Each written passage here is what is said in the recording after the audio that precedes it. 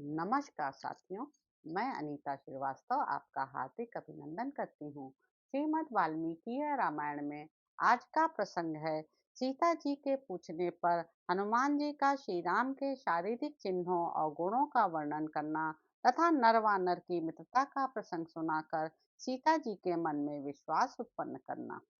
वानर श्रेष्ठ हनुमान जी के मुख से श्री रामचंद्र जी की चर्चा सुनकर विदेह राजकुमारी सीता शांतिपूर्वक मधुर वाणी में बोली, कपिवर, तुम्हारा श्री रामचंद्र जी के साथ संबंध कहाँ हुआ? तुम लक्ष्मण को कैसे जानते हो? मनुष्यों और वानरों का यह मेल किस प्रकार संभव हुआ? वानर, श्री राम और लक्ष्मण के जो चिन्ह हैं उनका फिर से वर्णन करो, जिससे मेरे मन में किसी प्रकार के शोक का समावेश न हो। मुझे बताओ, भगवान श्री राम और लक्ष्मण की आकृति कैसी है? उनका रूप किस तरह का है? उनकी जांघें और भुजाएं कैसी हैं? विदेह राजकुमारी सीता के इस प्रकार पूछने पर पवन कुमार हनुमान जी ने श्री रामचंद्र जी के स्वरूप का यथावत वर्णन आरंभ किया। कमल के समान सुंदर नेत्रों वाली विदेह राजकुमारी, आप अपने पति देव श्री राम के तथा देवर लक्ष्मण के शरीर के विषय में जानती हुई भी जो मुझसे पूछ रही हैं, यह मेरे लिए बड़े सौभाग्य की बात है। विशाल लोचने, श्री राम और लक्ष्मण के जिन जिन चिन्हों को मैंने लक्ष्य किया है उन्हें बताता हूँ, मुझसे सुनिए। जनक नंदिनी, श्री रामचंद्र जी के नेत्र प्रफुल्ल कमल दल के समान विशाल एवं सुंदर हैं। मुख पूर्णिमा के समान चंद्रमा के समान मनोहर है। वे जन्म काल से ही रूप और उदारता आदि गुणों से संपन्न हैं। वे तेज में सूर्य के समान, क्षमा में पृथ्वी के तुल्य, बुद्धि में बृहस्पति के सदृश और यश में इंद्र के समान हैं। वे संपूर्ण जीव जगत के तथा स्वजनों के भी रक्षक हैं। शत्रुओं को संताप देने वाले श्री राम अपने सदाचार और धर्म की रक्षा करते हैं। भामिनी, श्री रामचंद्र जी जगत के चारों वर्णों की रक्षा करते हैं। लोक में धर्म की मर्यादाओं को बांधकर उनका पालन करने और कराने वाले भी वे ही हैं। सर्वत्र अत्यंत भक्ति भाव से उनकी पूजा होती है। वे कांतिमान एवं परम प्रकाश स्वरूप हैं। ब्रह्मचर्य के व्रत के पालन में लगे रहते हैं। साधु पुरुषों का उपकार मानते और आचरणों द्वारा सत्कर्मों के प्रचार का ढंग जानते हैं। वे राजनीति में पूर्ण शिक्षित, ब्राह्मणों के उपासक, ज्ञानवान, शीलवान, विनम्र तथा शत्रुओं को संताप देने में समर्थ हैं। उन्हें यजुर्वेद की भी अच्छी शिक्षा मिली है। वेद वेत्ता विद्वानों ने उनका बड़ा सम्मान किया है। वे चारों वेद, धनुर्वेद और छहों वेदांगों के भी परिनिष्ठित विद्वान हैं।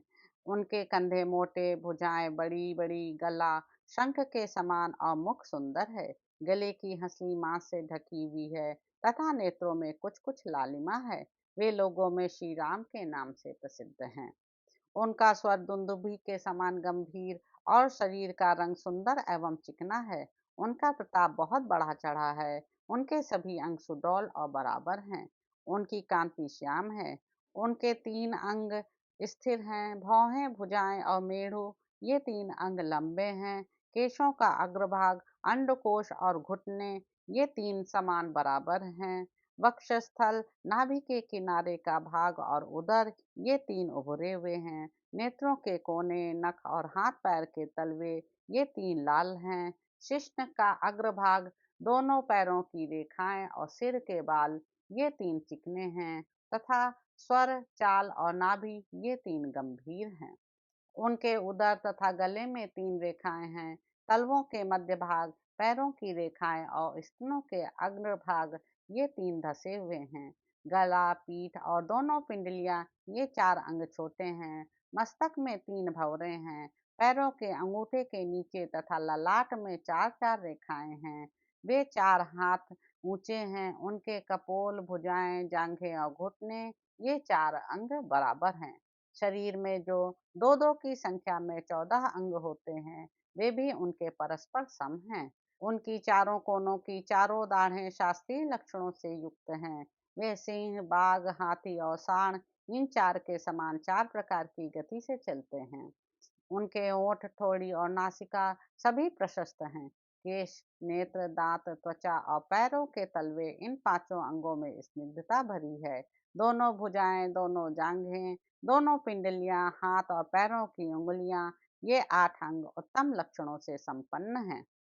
उनके नेत्र, मुखविवर, मुखमंडल, जिह्वा, होठ, तालु, स्तन, नख, हाथ और पैर, ये 10 अंग कमल के समान हैं। छाती, मस्तक, ललाट, गला, भुजाएं, कंधे, नाभि, चरण, पीठ और कान, ये 10 अंग विशाल हैं। वे श्री, यश और प्रताप इन तीनों से व्याप्त हैं। उनके मातृकुल और पितृकुल दोनों अत्यंत शुद्ध हैं। पार्श्वभाग, उदर, वक्षस्थल, नासिका, कंधे और ललाट, ये 6 अंग ऊंचे हैं। केश, नख, लोभ, त्वचा, अंगुलियों के पोर, शिश्न, बुद्धि और दृष्टि आदि 9 सूक्ष्म हैं तथा वे श्री रघुनाथ जी पूर्वाहन, मध्याहन और अपराहन इन तीनों कालों द्वारा क्रमशः धर्म, अर्थ और काम का अनुष्ठान करते हैं। श्री रामचंद्र जी सत्य धर्म के अनुष्ठान में संलग्न, श्री संपन्न, न्याय संगत धन का संग्रह और प्रजा पर अनुग्रह करने में तत्पर, देश और काल के विभाग को समझने वाले तथा सब लोगों से प्रिय वचन बोलने वाले हैं। उनके सौतेले भाई सुमित्रा कुमार लक्ष्मण भी बड़े तेजस्वी हैं। अनुराग, रूप और सद्गुणों की दृष्टि से भी वे श्री रामचंद्र जी के ही समान हैं। उन दोनों भाइयों में अंतर इतना ही है कि लक्ष्मण के शरीर की कांति स्वर्ण के समान गौर है और महायशस्वी श्री रामचंद्र जी का विग्रह श्याम सुंदर है। वे दोनों नरश्रेष्ठ आपके दर्शन के लिए उत्कंठित हो सारी पृथ्वी पर आपकी ही खोज करते हुए हम लोगों से मिले थे। आपको ही ढूंढने के लिए पृथ्वी पर विचरते हुए उन दोनों भाइयों ने महाराज सुग्रीव का साक्षात्कार किया, जो अपने बड़े भाई के द्वारा राज्य से उतार दिए गए थे। ऋष्यमुख पर्वत के मूल भाग में जो बहुत से वृक्षों द्वारा घिरा हुआ है, भाई के भय से पीड़ित हो बैठे हुए प्रियदर्शन सुग्रीव से वे दोनों भाई मिले। उन दिनों जिन्हें बड़े भाई ने राज्य से उतार दिया था, उन सत्य प्रतिज्ञ वानर राज सुग्रीव की सेवा में हम सब लोग रहा करते थे। शरीर पर वल्कल वस्त्र तथा हाथ में धनुष धारण किए वे दोनों भाई जब ऋष्यमुख पर्वत के रमणीय प्रदेश में आए, तब धनुष धारण करने वाले उन दोनों नरश्रेष्ठ वीरों को वहां उपस्थित देख वानर शिरोमणि सुग्रीव भय से घबरा उठे और उछलकर उस पर्वत के उच्चतम शिखर पर जा चढ़े।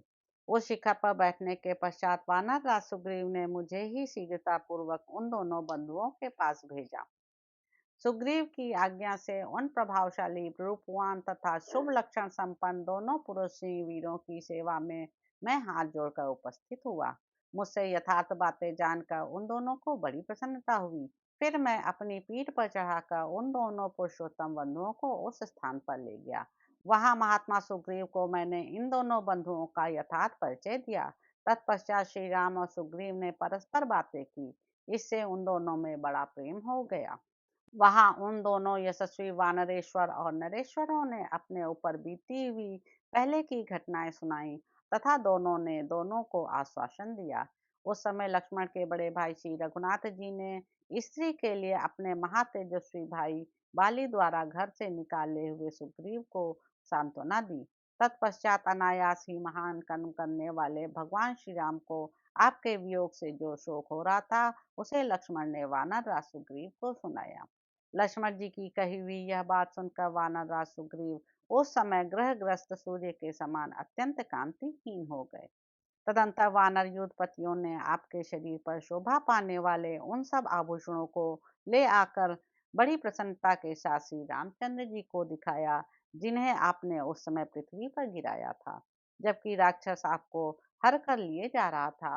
वानरों ने आभूषण तो दिखाए, किंतु उन्हें आपका पता कुछ भी नहीं मालूम था। आपके द्वारा गिराए जाने पर वे सब आभूषण छन छन की आवाज के साथ जमीन पर गिरे और बिखर गए। मैं ही उन सबको बटोर कर ले आया था। उस दिन जब वे गहने श्री रामचंद्र जी को दिए गए, उस समय वे उन्हें अपनी गोद में लेकर अचेत से हो गए थे। उन दर्शनीय आभूषणों को छाती से लगाकर देवतुल्य आभा वाले भगवान श्री राम ने बहुत विलाप किया। उन आभूषणों को बारंबार देखते, रोते और तिलमिला उठते थे। उस समय दशरथ नंदन श्री राम की शोकाग्नि प्रज्वलित हो उठी। उस दुख से आतुर हो वे महात्मा रघुवीर बहुत देर तक मूर्छित अवस्था में पड़े रहे। तब मैंने नाना प्रकार के सांत्वनापूर्ण वचन कहकर बड़ी कठिनाई से उन्हें उठाया। लक्ष्मण सहित श्री रघुनाथ जी ने उन बहुमूल्य आभूषणों को बारंबार देखा और दिखाया। फिर वे सब सुग्रीव को दे दिए। आर्य आपको न देख पाने के कारण श्री रघुनाथ जी को बड़ा दुख और संताप हो रहा है। जैसे ज्वालामुखी पर्वत जलती हुई बड़ी भारी आग से सदा तपता रहता है, उसी प्रकार वे आपकी विरहाग्नि से जल रहे हैं। आपके लिए महात्मा श्री रघुनाथ जी को अनिद्रा, शोक और चिंता, ये तीनों उसी प्रकार संताप देते हैं जैसे आहवनीय आदि त्रिविध अग्नियां अग्निशाला को तपाती रहती हैं। देवी आपको न देख पाने का शोक श्री रघुनाथ जी को उसी प्रकार विचलित कर देता है जैसे भारी भूकंप से महान पर्वत भी हिल जाता है। राजकुमारी, आपको न देखने के कारण रमणीय कामनों, नदियों और झरनों के पास विचरने पर भी श्री रामचंद्र जी को सुख नहीं मिलता है। जनक नंदनी, पुरुष सिंह भगवान श्री राम रावण को उसके मित्र और बंधु बांधवों सहित मारकर शीघ्र ही आपसे मिलेंगे। उन दिनों श्री राम और सुग्रीव जब मित्र भाव से मिले, तब दोनों ने एक दूसरे की सहायता के लिए प्रतिज्ञा की। श्री राम ने वाली को मारने का और सुग्रीव ने आपकी खोज कराने का वचन दिया।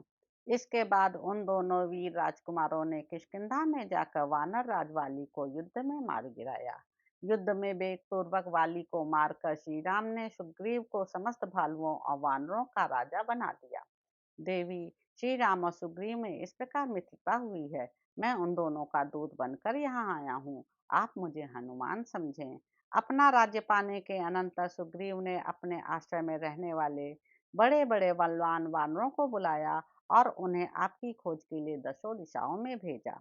वानर राज सुग्रीव की आज्ञा पाकर गिरिराज के समान विशालकाय महाबली वानर पृथ्वी पर सब ओर चल दिए। सुग्रीव की आज्ञा से भयभीत हो हम तथा अन्य वानर आपकी खोज करते हुए समस्त भूमंडल में विचर रहे हैं।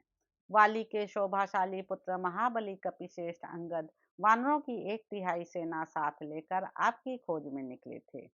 पर्वतश्रेष्ठ विंध्य में आकर खो जाने के कारण हमने वहां बड़ा कष्ट उठाया और वहीं हमारे बहुत दिन बीत गए।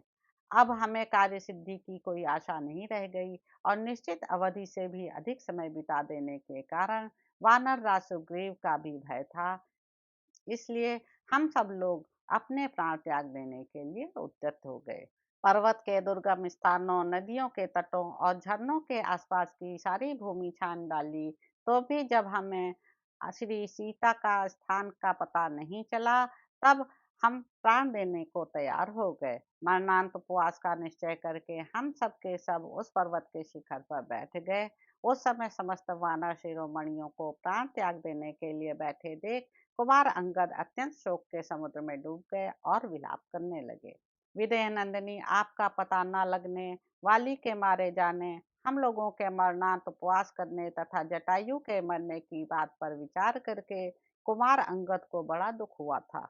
स्वामी के आज्ञा पालन से निराश होकर हम मरना ही चाहते थे कि दैववश हमारा कार्य सिद्ध करने के लिए गृधराज जटायु के बड़े भाई संपाति, जो स्वयं भी गीधों के राजा और महान बलवान पक्षी हैं, वहां आ पहुंचे।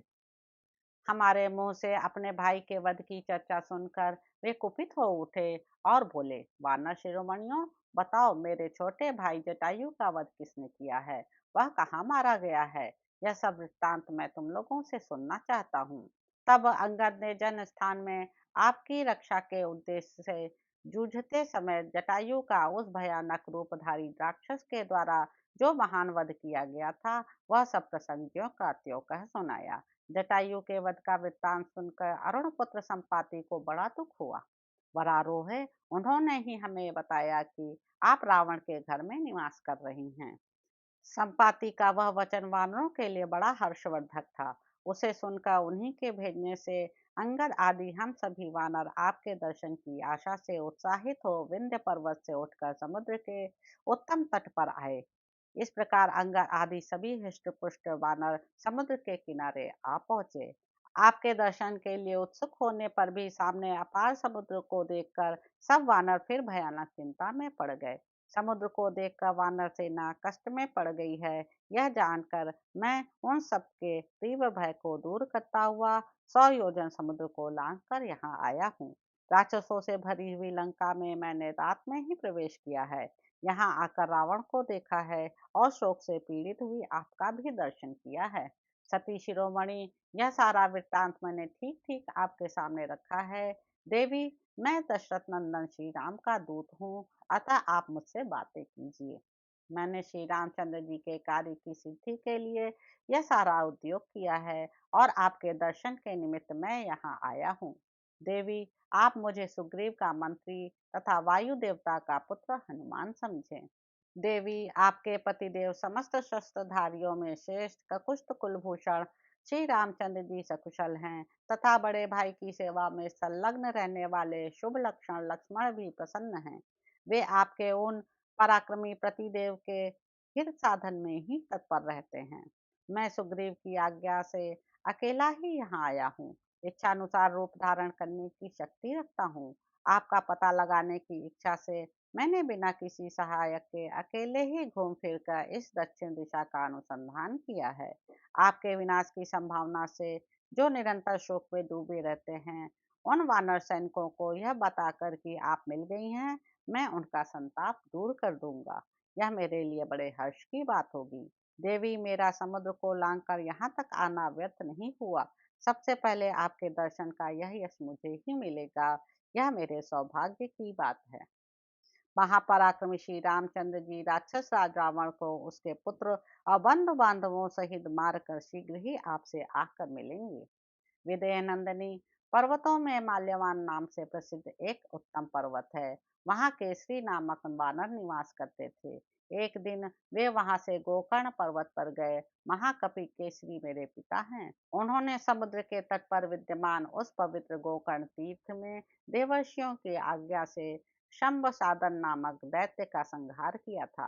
मिथिलेश कुमारी उन्हीं कपिराज केसरी की स्त्री के गर्भ से वायु देवता के द्वारा मेरा जन्म हुआ है। मैं लोक में अपने ही कर्म द्वारा हनुमान नाम से विख्यात हूँ। विदेह नंदनी, आपको विश्वास दिलाने के लिए मैंने आपके स्वामी के गुणों का वर्णन किया है। देवी, श्री रघुनाथ जी शीघ्र ही आपको यहाँ से ले चलेंगे, यह निश्चित बात है। इस प्रकार युक्ति युक्त एवं विश्वसनीय कारणों तथा पहचान के रूप में बताए गए श्री राम और लक्ष्मण के शारीरिक चिन्हों द्वारा हनुमान जी ने शोक से दुर्बल हुई सीता को अपना विश्वास दिलाया। तब उन्होंने हनुमान जी को श्री राम का दूत समझा। उस समय जनक नंदिनी सीता को अनुपम हर्ष प्राप्त हुआ। उस महान हर्ष के कारण वे कुटिल बरौरियों वाले दोनों नेत्रों से आनंद के आंसू बहाने लगी। उस अवसर पर विशाल लोचना सीता का मनोहर मुख, जो लाल सफेद और बड़े बड़े नेत्रों से युक्त था, राहु के ग्रहण से मुक्त हुए चंद्रमा के समान शोभा पा रहा था। अब वे हनुमान को वास्तविक वानर मानने लगी। इसके विपरीत मायामय रूपधारी राक्षस नहीं। तदंतर हनुमान जी ने प्रिय दर्शना सीता से फिर कहा, मिथिलेश कुमारी, इस प्रकार आपने जो कुछ पूछा था वह सब मैंने बता दिया। अब आप धैर्य धारण करें। बताइए, मैं आपकी कैसी और क्या सेवा करूं? इस समय आपकी रुचि क्या है? आज्ञा हो तो अब मैं लौट जाऊं। महर्षियों की प्रेरणा से कपिवर केसरी द्वारा युद्ध में शंभ साधन नामक असुर के मारे जाने पर मैंने पवन देवता के द्वारा जन्म ग्रहण किया। अतः मैथिली, मैं उन वायु देवता के समान ही प्रभावशाली वानर हूँ। तो इस प्रकार साथियों, सुंदर कांड में निहित 35वां सर्ग यहाँ पर समाप्त होता है। इसके अगले अंक में आप जानेंगे कि हनुमान जी का सीता को मुद्रिका देना, श्री राम का श्री राम कब मेरा उद्धार करेंगे यह उत्सुक होकर पूछना, तथा हनुमान जी का श्री राम के सीता विषयक प्रेम का वर्णन करके उन्हें सांत्वना देना। तो अब आपसे अगले अंक में मुलाकात होगी।